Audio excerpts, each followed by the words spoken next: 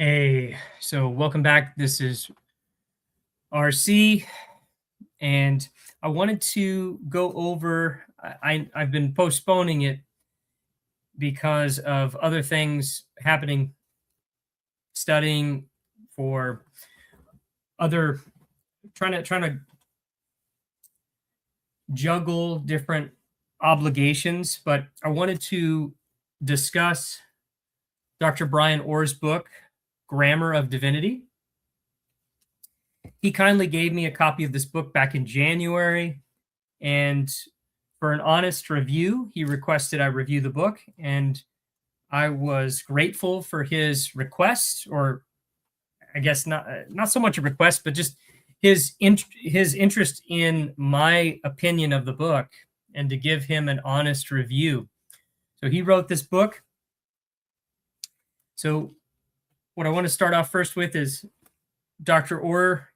Some of the material that he used in the book, he published in the Credo magazine put out by Matthew Barrett, and it was kindly republished, some of it, in this book. And it is something that was independent of Dr. Orr's doctrinal dissertation, which was related to a critique of relational theism, Thomas Ord's views.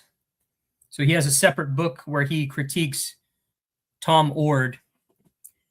And this, in his studies, Richard Moeller and others had an influence on Dr. Orr, and this was the fruit of his, I guess, independent studies of his dissertation. So let me discuss the book. So first, the book is published by Kingdom Press, and it was published in 2024. The book is, there's a foreword, or I guess a dedication to Paul Helm. And Paul Helm, he was a prominent philosopher of religion, and he went to glory not too long ago, and he wrote a book called The Eternal God. So to see his name here, I see that as providential, because I wrote on the topic of divine timelessness back in 2012, and that's on my blog, rcdozier.blogspot.com. You can read that article. That was my writing piece for getting into grad school. So you might be interested in that. But praise the Lord that I see this here, and just a dedication to Dr. Helm, or I guess we would say Mr. Paul Helm, even though in my view he has a PhD. But yeah, so it has a great foreword. It says, "For Paul Helm, who opened my eyes to a classical view of God, who championed my cause in defending it."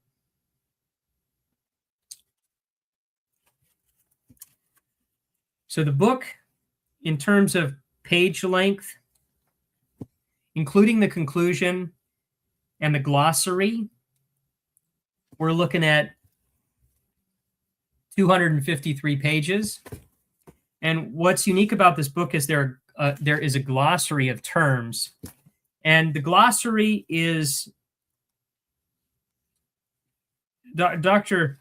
Orr explains that it is taken from Gilles Emery, which is this book right here, Gilles Emery's book on the Trinity, An Introduction to Catholic Doctrine on the Triune God. So this book, Dr. Orr uses a lot of this book for his definitions of terms. But I'll discuss the contents of the book. However, before I do, this book reminded me of another book that I started reading quite a while ago, and it's this book. It is by Christopher B. Kaiser, and it's called The Doctrine of God. So Dr. Orr's book, in some sense, is historical theology, and it's related to biblical theology and systematic theology, but he's citing primary sources, and he goes through, and I'll go through here. Dr. Orr goes through Ignatius of Antioch, right? And he's covering like 4 or 5 pages on each of these church fathers. So Ignatius of Antioch, Clement of Rome, Justin Martyr, Theophilus of Antioch, Irenaeus, Clement of Alexandria, Tertullian. He goes through somebody that I have not studied, and it's Hippolytus. So it was great to read Hippolytus' Origen. So Origen, I've read some of Origen's First Principles, so it was great to see Origen. Novatian, which, if you're familiar with landmark theology for Baptists, they use the Novatians to defend their views. So it was good to see Novatian, Athanasius.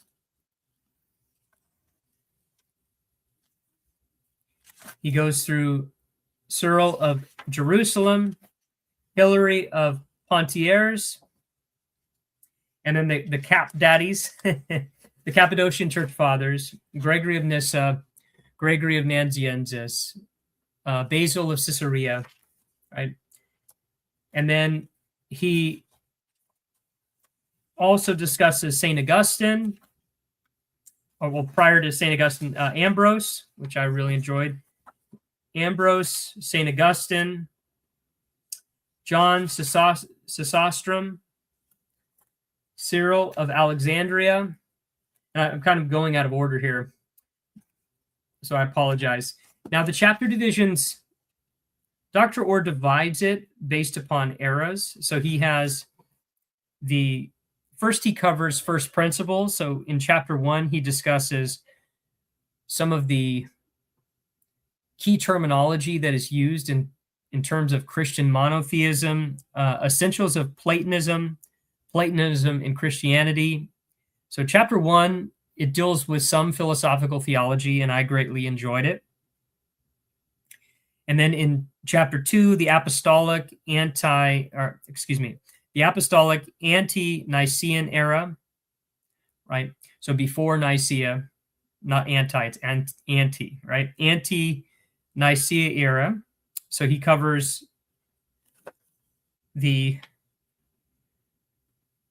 from Justin Martyr all the way up to Novatian.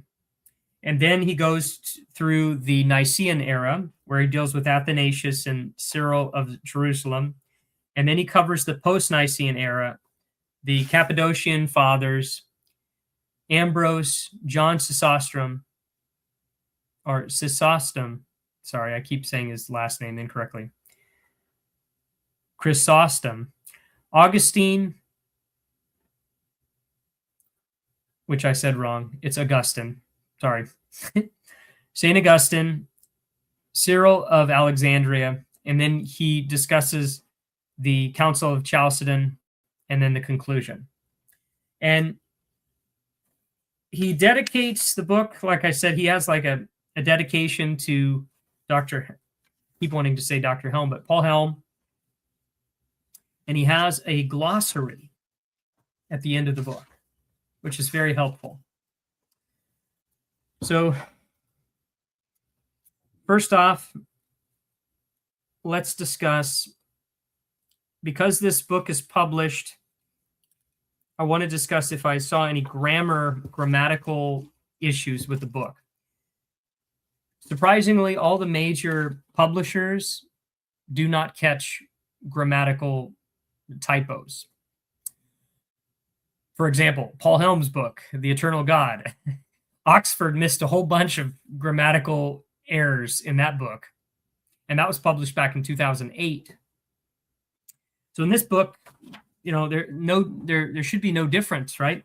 So on page 76, there is a quote by Novatian, and it is, so in the novation section, it is, to me, reading it, it seems like something's missing, right? It seems like there are quotation marks that are missing.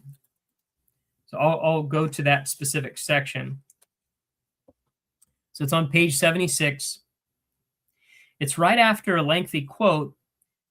Dr. Orr says novation explicitly discusses God's immutability, and he grounds this perfection in God himself. In doing so, we get a hint of the doctrine of divine simplicity. More to come in chapter 5. Novation writes, quote, for whatever it is, quote, for whatever it be in him which constitutes divinity must necessarily exist, always maintaining itself by its own powers, so that he should always be God. And thus, he says, so there's no end of the quotation there. And then Dr. Orr continues, and thus he says, I am that I am. God can only be God by what God is in himself. All that is in God is God. Nothing can be God except God completely. He cannot have an attribute or quality, otherwise it would be something, parts, he acquired from another source. So it seems like there is a missing quotation mark.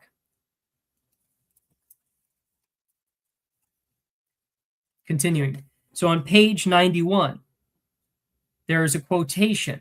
So page 91, and these are what I noticed. So on page 91, so it's in reference to Athanasius, and the paragraph starts, what does he mean? So he's asking the question about what Athanasius is saying. So Dr. Orr says, what does he mean by this one act of will, that all things move? Athanasius offers a few illustrations to express what he means. To give one, which I think is most fitting to support his argument, he explains the nature of the soul. Quote, in that at one time, moves our several senses according to the proper function of each, so that when some one object is present, all alike are put in motion, and the eyes sees. Pick up on the term someone. I think someone should be split up. It should be some and then one. It should not be a single word. It should be actually two words. So I think that is a grammatical issue there. And then continuing, page 178, principle, the term principle, like first principles, is misspelled. So on page 178, the section is on Ambrose. So Ambrose, it's talking about Ambrose and his the term principle is misspelled. There's the in is missing. So that is a grammatical error that I noticed. And then on page 224, the term see is there, and that just doesn't seem right. So page 224.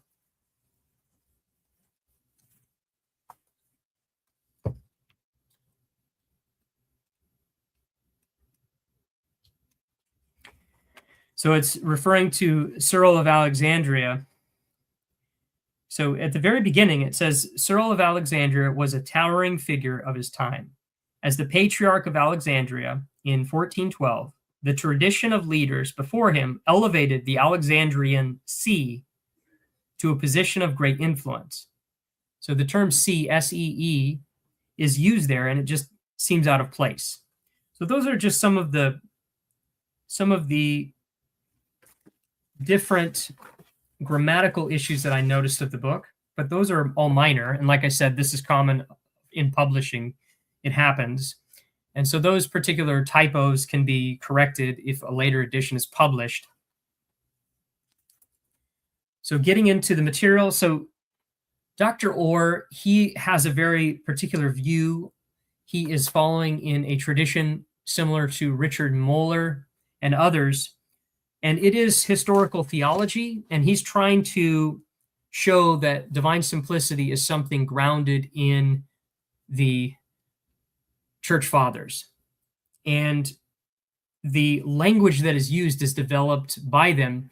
And Dr. Orr is very clear that he denies what is called a Hellenistic thesis, which is the idea that Christians were influenced by the Greeks, right? But I think also that we should deny a Hegelian thesis, right? So Hellenistic thesis and Hegelian thesis, the idea that we are being influenced by the Greeks, or we're being influenced by people, 18th century German philosophy like Hegel. So Oliver Crisp argues against both of these theses. So I would recommend, I think off the top of my head, it's this book right here, Analyzing Doctrine by Dr. Dr. Crisp. Sorry about that. So Dr. Crisp. So I recommend this book, Analyzing Doctrine, to show that the idea that the church fathers were influenced by the Greeks, that is mistaken. Now, obviously, by influence, I mean that we just capitulated to Plato. That's not it. We took ideas from Plato such that we saw them as helping us to further clarify and explain our own views, but not compromising our views, right? Instead, the church fathers saw how the rigorousness of Platonic thought and could utilize some of their concepts to help clarify what we believe, but not at the expense of changing or redefining what we believe to conform to Platonism, right? So we do see something like that. Marcion and others do stuff like that, where they take foreign ideas and inject them into the Bible. That's not what the church fathers were doing. They were utilizing Platonic thought to advance the kingdom of God. But the way in which they did it, we have to be clear, Hellenism is not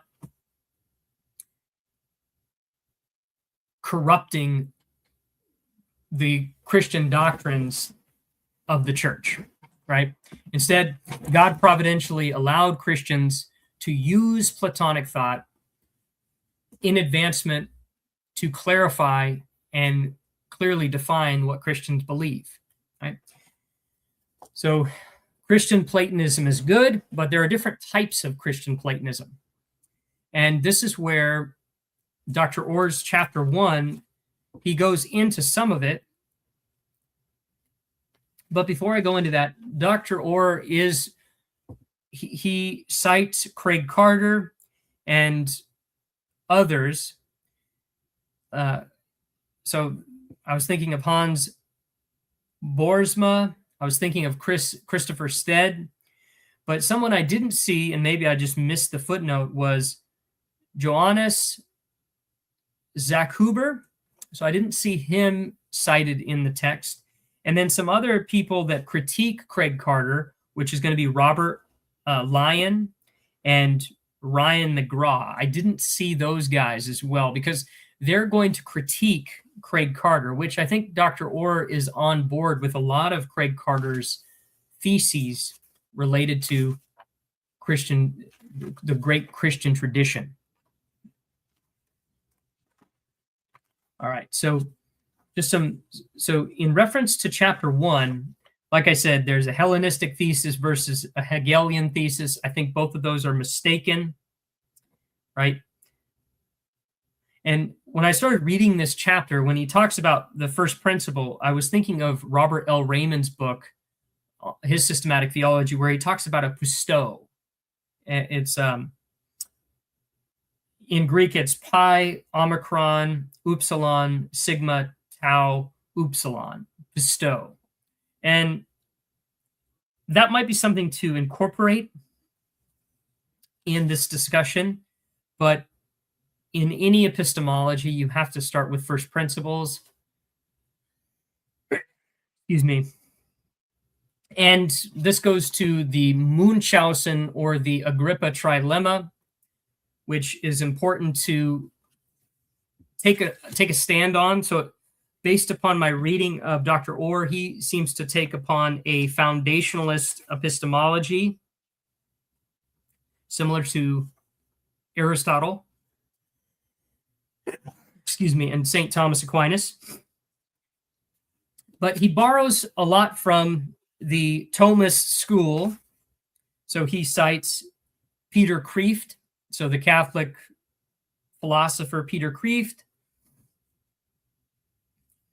and he critiques relativism, so that's great in this chapter, chapter 1. He presents what could be articulated as a moral argument. I like the way he discusses John chapter 1 in page 23.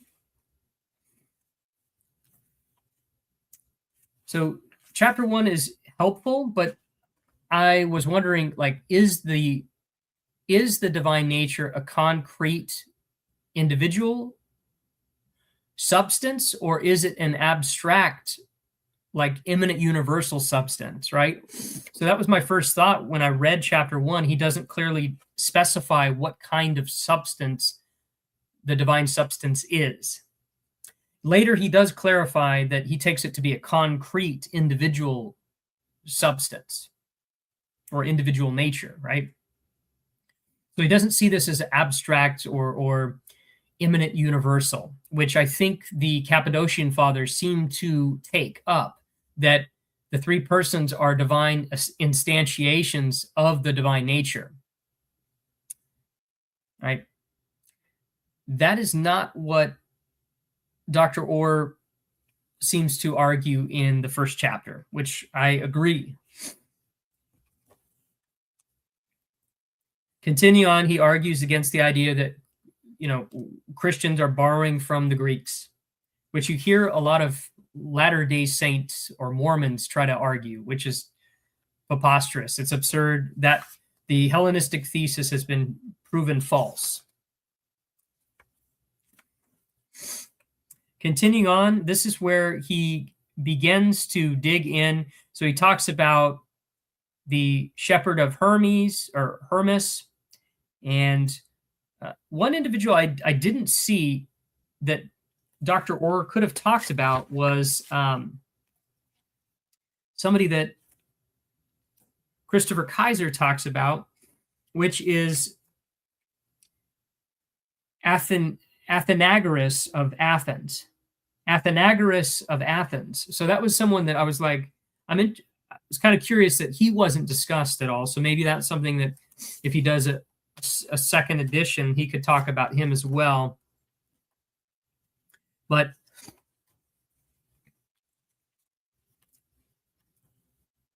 so he talks about the terms, the technical terms in theology proper. So Dr. Orr is dealing with theology proper throughout the book, but he's coming at this from a historical theology. He's coming at this from historical theology. And he later clarifies, what the thesis is of his book, which I did not specify at the very beginning. I apologize. But so he says that the investigation primarily aimed to validate Richard Muller's claim regarding the normative assumption of divine simplicity within the historic Christian tradition. So that's what his aim is of the book. And another book, like a doctrinal dissertation that would have been interested to see Dr. Orr's comments on would be Garrett R. Smith's dissertation on God and the divine attributes. And Garrett Smith, he is a Thomist, he's a Scotist. There we go. He's a Scotist scholar. And his dissertation, he shows the different views, different historical understandings of divine simplicity. And so he'll talk about William of Wales, he'll talk about Henry of Ghent, he'll talk about John Duns Scotus, he'll talk about Aquinas. So some of those figures are not discussed in this book because of the scope of Dr. Orr's work. right? He has to limit the scale and scope of his work, and so it's outside the historical, because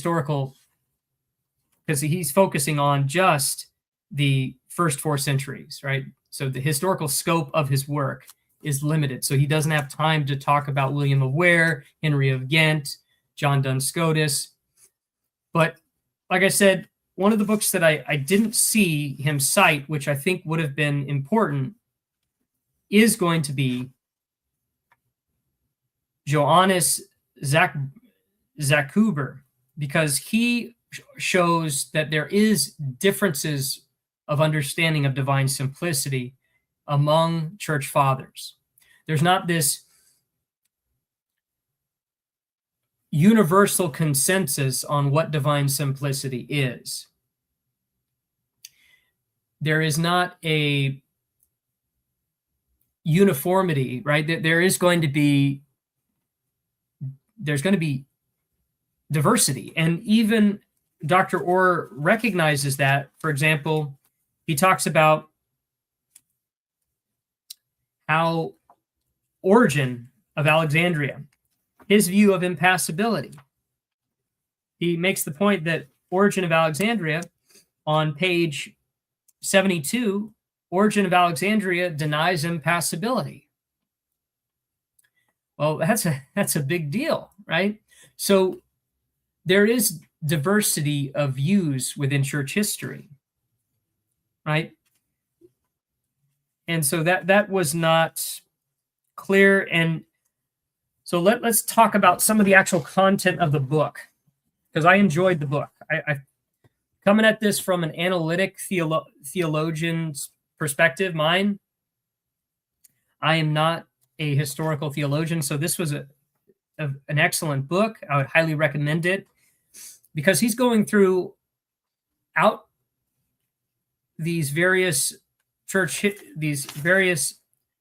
fathers, and he is citing primary sources in defense of specifically Dr. Orr's conception of theology proper, which is going to be divine simplicity, impassibility, divine timelessness, divine immutability, right? And then he also delves into Trinitarian theology, so Nicene Trinitarian theology, and then Chalcedonian Christology. So Dr. Orr, it's a broad topics that he's dealing with, but he's really trying to focus on divine simplicity. And perhaps I'm the most honest reviewer, because I don't affirm what Dr. Orr affirms, right? So my understanding, if you've read any of my papers or listened to any of my videos, I'm quite critical of the idea that divine simplicity is the idea that God is numerically identical to his attributes, and his attributes are numerically identical to God. I'm quite critical of that, but I'm still interested in church history.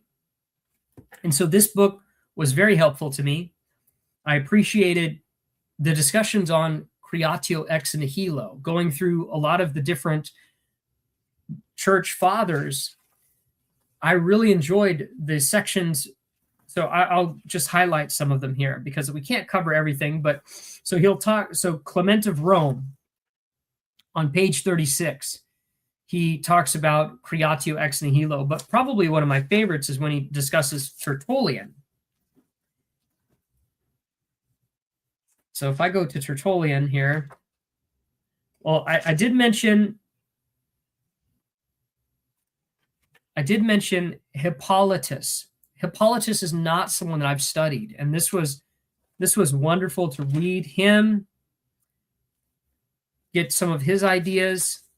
Also, one of the benefits of this book is you are immersed in quotations of primary sources, and so you can already anticipate the reasoning of the church fathers. And oftentimes, my own conclusions would be conformed to the church fathers, because I would see where they're going, and I would, I'm betting he's going to make this argument, and sure enough, that would be the case.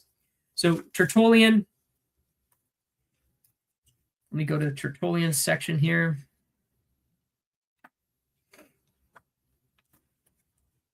So I really enjoyed on page 52, he gives an argument against the idea of creatio ex materia, right? The idea that the matter is eternal. So this would be a great argument against Latter-day Saints or Mormons. So Tertullian already anticipated showing that God is supreme, and his supremacy entails that matter cannot be eternal, co-eternal with God. So I'll just cite in the footnote of Dr. Orr's book. He says Tertullian's argument can be schematized in the following way.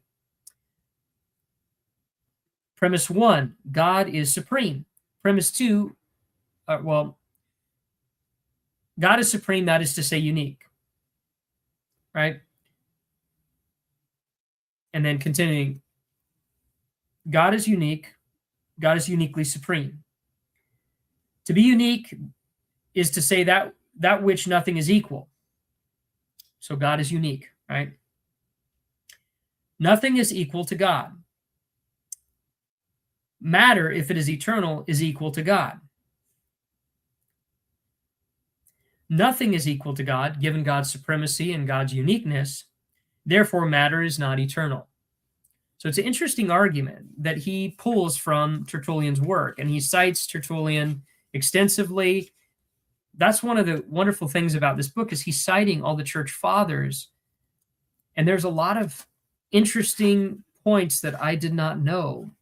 For example, that Origen of Alexandria did not affirm divine impassibility. All right, so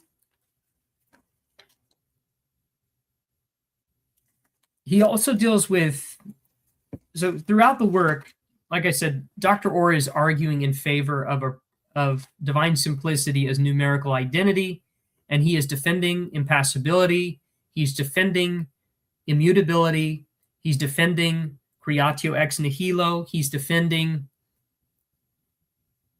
a Chalcedonian Christology, and he's doing it through history. He's saying that history supports those particular views, right? And he's defending the eternal processions in Trinitarian theology. He's defending anthropomorphic language, and there's a distinction that he makes, which is basically reduplicative predication. That's essentially what he's arguing for, which is sometimes called the qua move, and this is made by, you can look at the work of Tim Paul in his his books in Christology and the Incarnation, but it's the idea that we refer to Jesus Christ as to his human nature or as to his divine nature.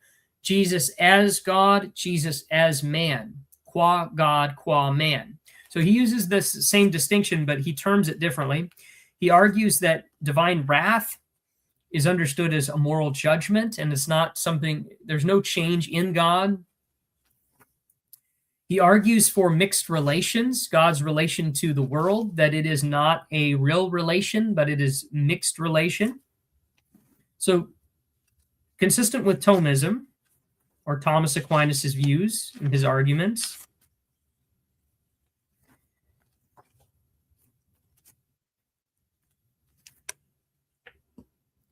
there is appeals to mystery in following some of the church fathers. And there are some issues throughout the book that, just in terms of defending the views, but I can't argue against historical conclusions, right? Yeah, so the mixed relations, it's argued for on page 217. And St. Augustine trying to argue for a distinction between a substance and a relation, and trying to overcome a bootstrapping problem in metaphysics. He discusses, so Dr. Orr discusses, well, here he explicitly says that Jesus is a concrete existing individual. So his ontology affirms a concretist ontology and not an abstractionist ontology when it comes to natures.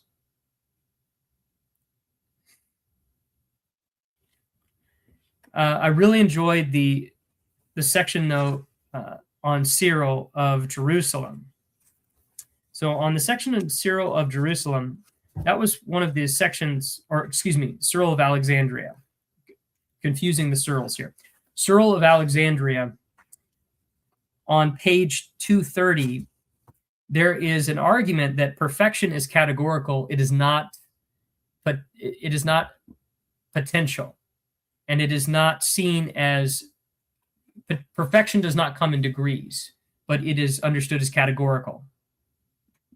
And so Dr. Orr goes through Cyril of Alexandria, and he cites him, and his conclusion, it matches up with my own reasoning on understanding perfection is categorical. It is not potential.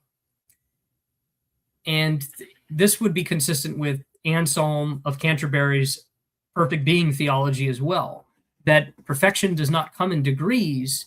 You either have it or you don't. We can use common analogies, right? So if it's categorical, think of pregnancy. Pregnancy is categorical. It does not come in degrees. You're either pregnant or you're not. Whereas hunger comes in degrees. You can either be, you could be hungry or you could be famished, right? And perfection, it is categorical. It is not, it is qualitative, not quantitative. So that was good. He talks about perichoresis, and Dr. Orr talks about perichoresis on page 232 and 233. So just picking up topics that the church fathers discuss, that Dr. Orr discusses. Again, he talks about anthropomorphic language and analogical predication.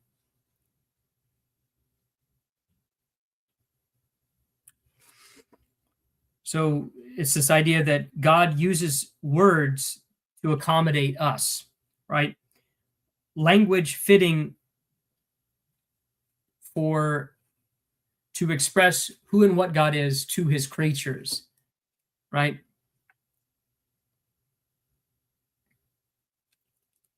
And throughout the book, there is a consistent metaphysics, very similar to Thomism, that is argued for in the book. And so what I would say is the book is very helpful, especially for someone like me who comes from an analytical background in theology, and not historical theology, but philosophical theology, because it allows me to consider the arguments of the patristics without reading all of the primary sources. There is so much on each individual that Dr. Orr covers that it could be daunting. The literature is vast on, for example, Ambrose or St. Augustine or Tertullian, right? Justin Martyr. And for someone like me who's not a historian and who's not a specialist in that field, this book is extremely valuable, because you can read primary sources in a way that is not overwhelming, and you get a good sense of what the church fathers affirmed. So I greatly appreciated this book. I highly recommend it. Just some critical thoughts on the book. So I don't think that divine simplicity that it is defended, like the arguments that the church fathers use to defend it, I don't think are sound, because there are arguments to show that divine simplicity, we can have divine aseity, we can have God's supremacy, we can have God's eternality without divine simplicity, right? So you can look at my latest paper, which is entitled God with Us, Christian Complex Theism. And there, if I'm successful, I show that Christians can affirm divine aseity without divine simplicity as numerical identity. And I also show my own views on divine immutability. And I don't discuss divine impassibility really, but in my judgment, the church fathers, again, I think that there's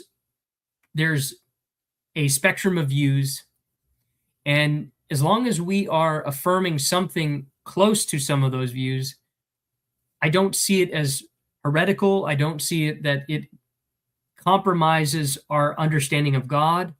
So for myself, I affirm a view similar to John Duns Scotus, but most people would say that what John Duns Scotus affirmed is not divine simplicity, because divine simplicity is defined as numerical identity by those that follow Thomas Aquinas, right? So in other words, it's my way or the highway. And yep. So I do think that just the historical backing of divine simplicity, I don't buy that there's this, and there's this consistent stream within church history that there's only one view of divine simplicity. I mean, there are, I cited some people, and then the thesis from Craig Carter, his understanding of Christian Platonism. There are different versions of Christian Platonism. For example, you can look at the work of Paul Gould and his work. He defends Christian Platonism, but his understanding is going to be very different. So if you want to have some of his material, you can look at this book, 4 Views on Christian Metaphysics, and you can read, or you can look at my paper. It's free on academia.edu, or it's probably linked to my YouTube channel, in which I cite much more in depth a understanding of Christian Platonism, Christian metaphysics, that is consistent with divine aseity, that takes a different view of divine simplicity, takes a different view of the Trinity, that I wouldn't say that it's opposed to Nicene Trinitarianism, but it's revisionist, right? I guess it is, and I guess it is actually against Nicene Trinitarianism. I try to argue for 2 different views of the Trinity in my paper. One would be a mereological Trinity, right? That's considered heretical because it entails some sort of partialism, which I show partialism is not, it's not an actual heresy, but Scott Williams does, he cites a couple instances in church history that does seem to condemn it. So I show that view, and then I show another view. So there's 2 views that I discuss, which I take Christian foundationalism and Christian coherentism.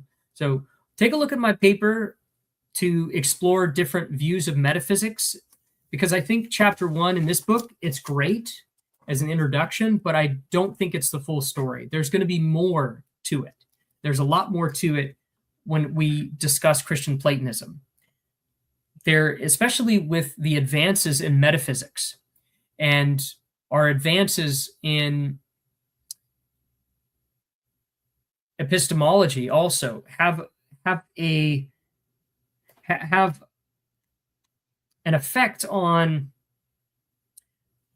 because the church fathers, they were using what they had at the time, and we have made advancements, and that is not me just being optimistic.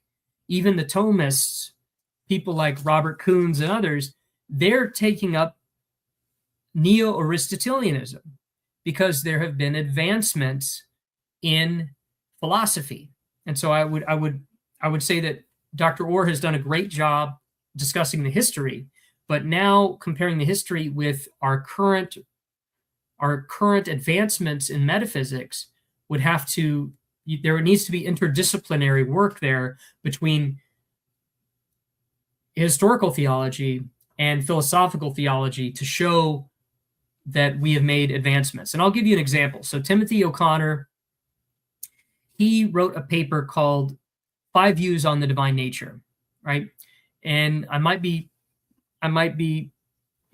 missaying the title, but his paper, he discusses 5 different views on how to understand God's nature in relation to God's attributes. And he uses contemporary metaphysics to tease out the 5 views. So take a look at his paper, and it's in the book Classical Theism, and it's edited by Ed Fazer and I think Rob Koons. Could be mistaken there, but yeah, take a look at that paper. What I greatly appreciated about this book, though, and there was a lot of highlights that I had to highlight because it was just so good, is the prose of Dr. Orr is excellent. Like, I really enjoyed Dr. Orr's writing. It is great writing, and you could tell Dr. Orr is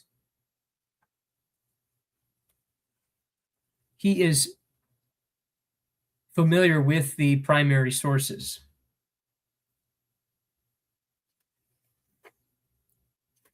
Yeah, so just trying to, there's so many great sections that I could just cite here. Let's see if I can find something. Because